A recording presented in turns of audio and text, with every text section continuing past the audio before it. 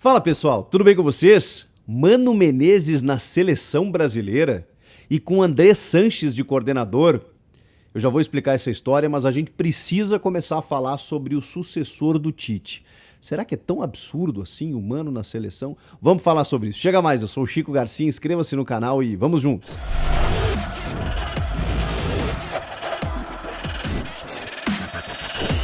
A notícia caiu como uma bomba nessa terça-feira, dada pelo jornalista Caio Ribeiro, comentarista do Grupo Globo, que deu a informação de que após a saída de Tite da seleção brasileira, o seu sucessor será Mano Menezes. Ele deu como notícia, como informação de que realmente isso vai acontecer. É claro que todas as partes estão negando. O Caio foi adiante. Ele disse que o Mano será o técnico e André Sanches o coordenador técnico, o coordenador de seleções, cargo hoje ocupado por Juninho Paulista. Esse cargo estará vago também, é bom que se diga. Assim como o do Tite, do técnico da seleção, o de coordenador também estará vago. O Juninho não fica e sai juntamente com o Tite. Aliás, sai todo mundo. César Sampaio, o filho do Tite, o Matheus Bach, com certeza, o Juninho Paulista, todo mundo vai deixar esse organograma que hoje está no comando da seleção brasileira. Pois bem, essa foi a notícia dada pelo Caio Ribeiro. O Mano Menezes, atualmente técnico do Inter e que teve a melhor campanha como mandante e no Campeonato Brasileiro inteiro e foi a melhor campanha do retorno. E foi o vice-campeão brasileiro, chegando apenas atrás do Palmeiras. Foi uma campanha muito boa, especialmente nessa segunda parte do campeonato. Ele tem as eliminações lá, a eliminação para o Melgar na Sul-Americana, que é vexatória, né? Um clube peruano, praticamente amador, em que depois de 2-0, o Inter não consegue fazer um gol nos dois jogos nessa equipe e depois acaba perdendo nos pênaltis em casa. Foi realmente ridícula, mas a partir dali o Inter que trouxe jogadores nessa temporada, mas para o segundo semestre realmente o Mano começa a dar uma cara para o time e o Inter, não só com resultados, mas jogando um bom futebol, termina bem a temporada. E mais do que isso, não é só o Inter que recupera o Mano recupera o Inter. Então os dois ali andaram de braços dados e chegam ao final do ano prestigiados, tanto o Inter com uma boa perspectiva para o ano que vem, inclusive salvando o pescoço da direção, que estava muito criticada por nomes como de Cacique Medina, Miguel Ángel Ramírez, aquelas tentativas que não deram certo ainda na gestão Alessandro Barcelos. E agora com o Mano Menezes as coisas se acalmaram. Mas o Mano também volta ao cenário nacional. O Mano sempre fez bons trabalhos, tá? Eu acompanho o Mano, evidentemente, há muito tempo, desde a época do Grêmio, lá atrás também, 15 de Campo Bom e tudo mais, mas com destaque no Grêmio, um trabalho longevo que resgata o Grêmio de uma Série B com a Batalha dos Aflitos e depois faz com que o Grêmio performe bem no Campeonato Brasileiro do ano seguinte, em 2006. Acho que o Grêmio foi vice-campeão ou terceiro colocado, vindo de uma Série B, e em 2007 é vice-campeão da Libertadores.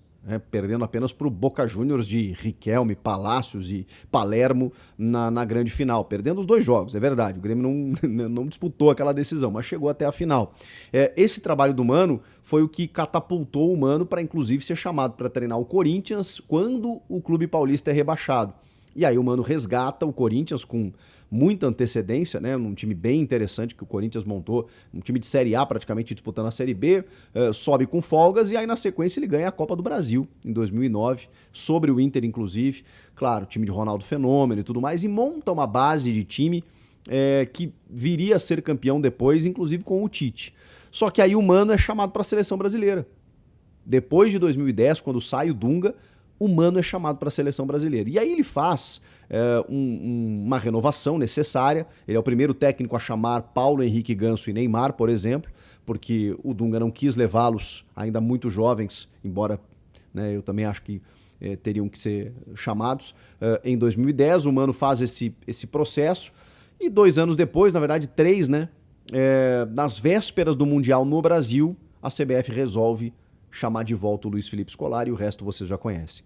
Aí o Mano ensaiou ali um trabalho no Flamengo, não deu muito certo, voltou para o Corinthians, fez também mais uma vez um trabalho de reconstrução no Corinthians para levar uma base de time, que mudou a gestão ao final de 2014, então ele não renovou o contrato, ficou só aquela temporada. O Tite volta em 2015. Quando ele volta em 2015, campeão brasileiro, com o time formado pelo Mano.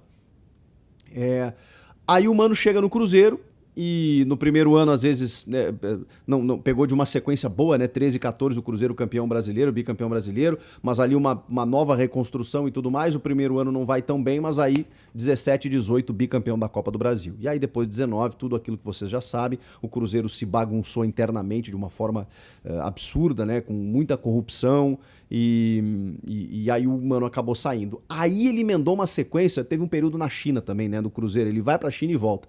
Mas teve um processo ali, um período de trabalho do Mano em que ele não conseguiu dar muito andamento na carreira. Quando ele sai do Cruzeiro, aí ele tem uma investida no Bahia, que também não dá muito certo, e depois no Palmeiras, que foi um delírio coletivo, né? O Mano super identificado com o Corinthians, o Palmeiras enfim, depois de Felipão, resolve colocar o Mano Menezes lá, que dura 3 meses, já chega com rejeição e acaba não durando muito. Depois do Mano assume o Luxemburgo e aí na sequência o Abel Ferreira. Mas o Mano Menezes passou ali 3 meses no Palmeiras e estava um pouco, digamos assim, como um técnico que começou a rodar e a coisa não acontecia. Aí ele parou, tipo, vou esperar um pouquinho, vou dar o meu tempo até que o Inter o chama. E aí ele faz esse trabalho. Por que eu fiz todo esse preâmbulo? Para dar uma ideia de que o Mano fez bons trabalhos, teve algumas correções, alguns percalços aí nos últimos anos, mas está recuperando o seu prestígio agora nesse trabalho do Inter. E nós estamos vivendo um período de que não há nenhuma unanimidade em relação ao nome brasileiro para treinar a seleção. Não há. O Dorival Júnior seria esse cara? Eu gosto muito do Dorival. Acho que o Dorival tem grandes trabalhos na sua carreira, aquele Santos de 2010, esse Flamengo. Mas é muito fácil ser campeão com o Flamengo. O Renato Gaúcho não conseguiu, o Paulo Souza não conseguiu, o Abel Braga não conseguiu. Até conseguiu, né? Até foi campeão carioca, mas, enfim, não conseguiu dar ao Flamengo aquilo que o Jorge Jesus deu e que o Dorival entregou nessa temporada, com títulos expressivos, com bom futebol, com Pedro e Gabigol jogando juntos, mudando o Gabigol de função. Então, acho que tem que valorizar também o Dorival. Não é simplesmente assim, com o Flamengo qualquer um ganha. Não é bem assim que funciona. Mas tá, eu gosto muito dos trabalhos do Dorival, mas não sei se ele seria o nome para a seleção. É complexo isso. E outra coisa, gente, da CBF, a gente não espera nada, né? A CBF foi quem nos surpreendeu e colocou o Dunga como técnico em 2010, quando a gente nem imaginava, no ciclo de 2010, quando a gente nem imaginava que o Dunga seria técnico, talvez nem o Dunga imaginasse. Mais do que isso, quando sai o Felipão, depois do 7-1 de 2014, quem é que a CBF chama? O Dunga de novo, que tinha tido uma única experiência pós-seleção como técnico do Inter, que é um clube onde ele tem identificação, enfim, se criou e tudo mais.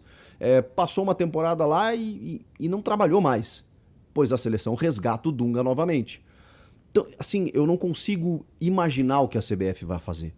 Mas é óbvio, é o nome mais cotado, não é assim que funciona. O Tite já era o principal técnico do Brasil há muitos anos e não era chamado. A CBF insistia, volta o Filipão, vem o Dunga e tudo mais, até que não houve mais como fugir do nome do Tite.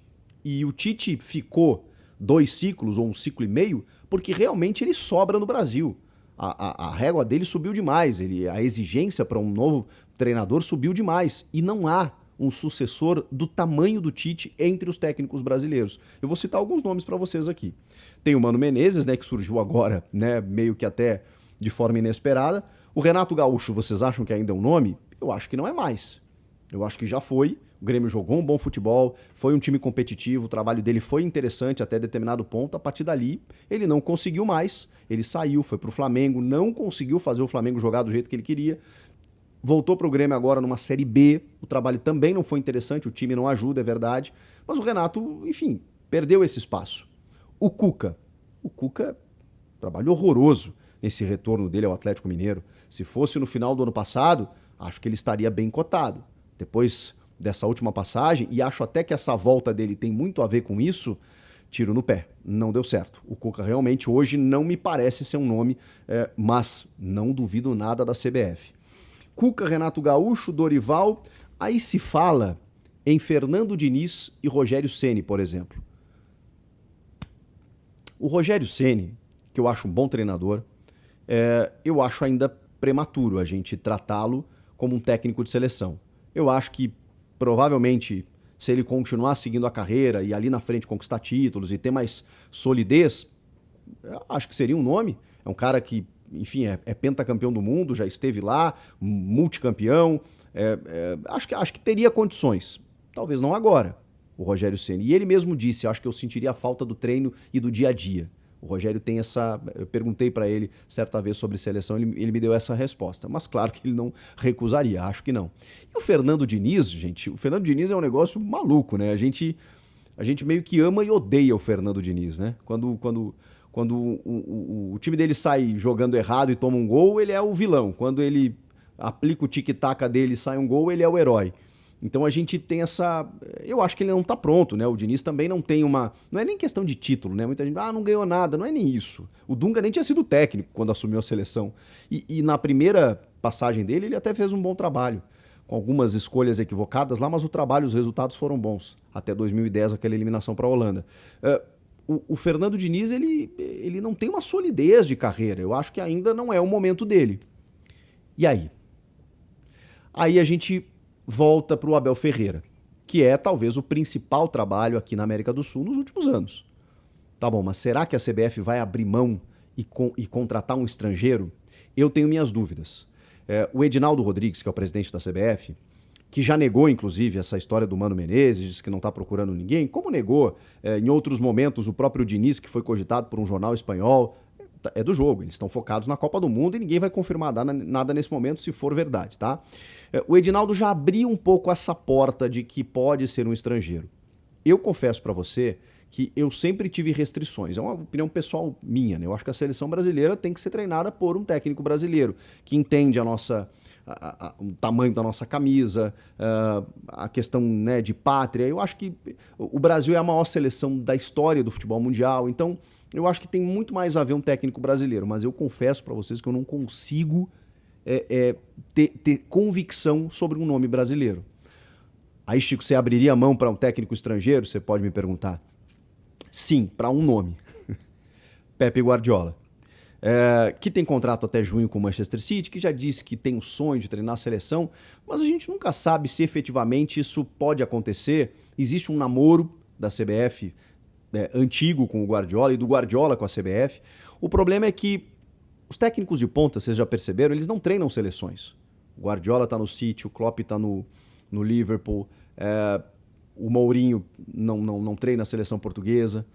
Eles gostam de treinar clubes milionários, badalados e em alto nível no futebol europeu.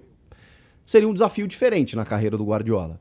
Tomara, porque para mim seria o nome ideal, evidentemente, né? O maior técnico do mundo com a maior seleção do mundo. Acho que e seria um cara para suceder o Tite para a gente avançar, né? E não retroceder.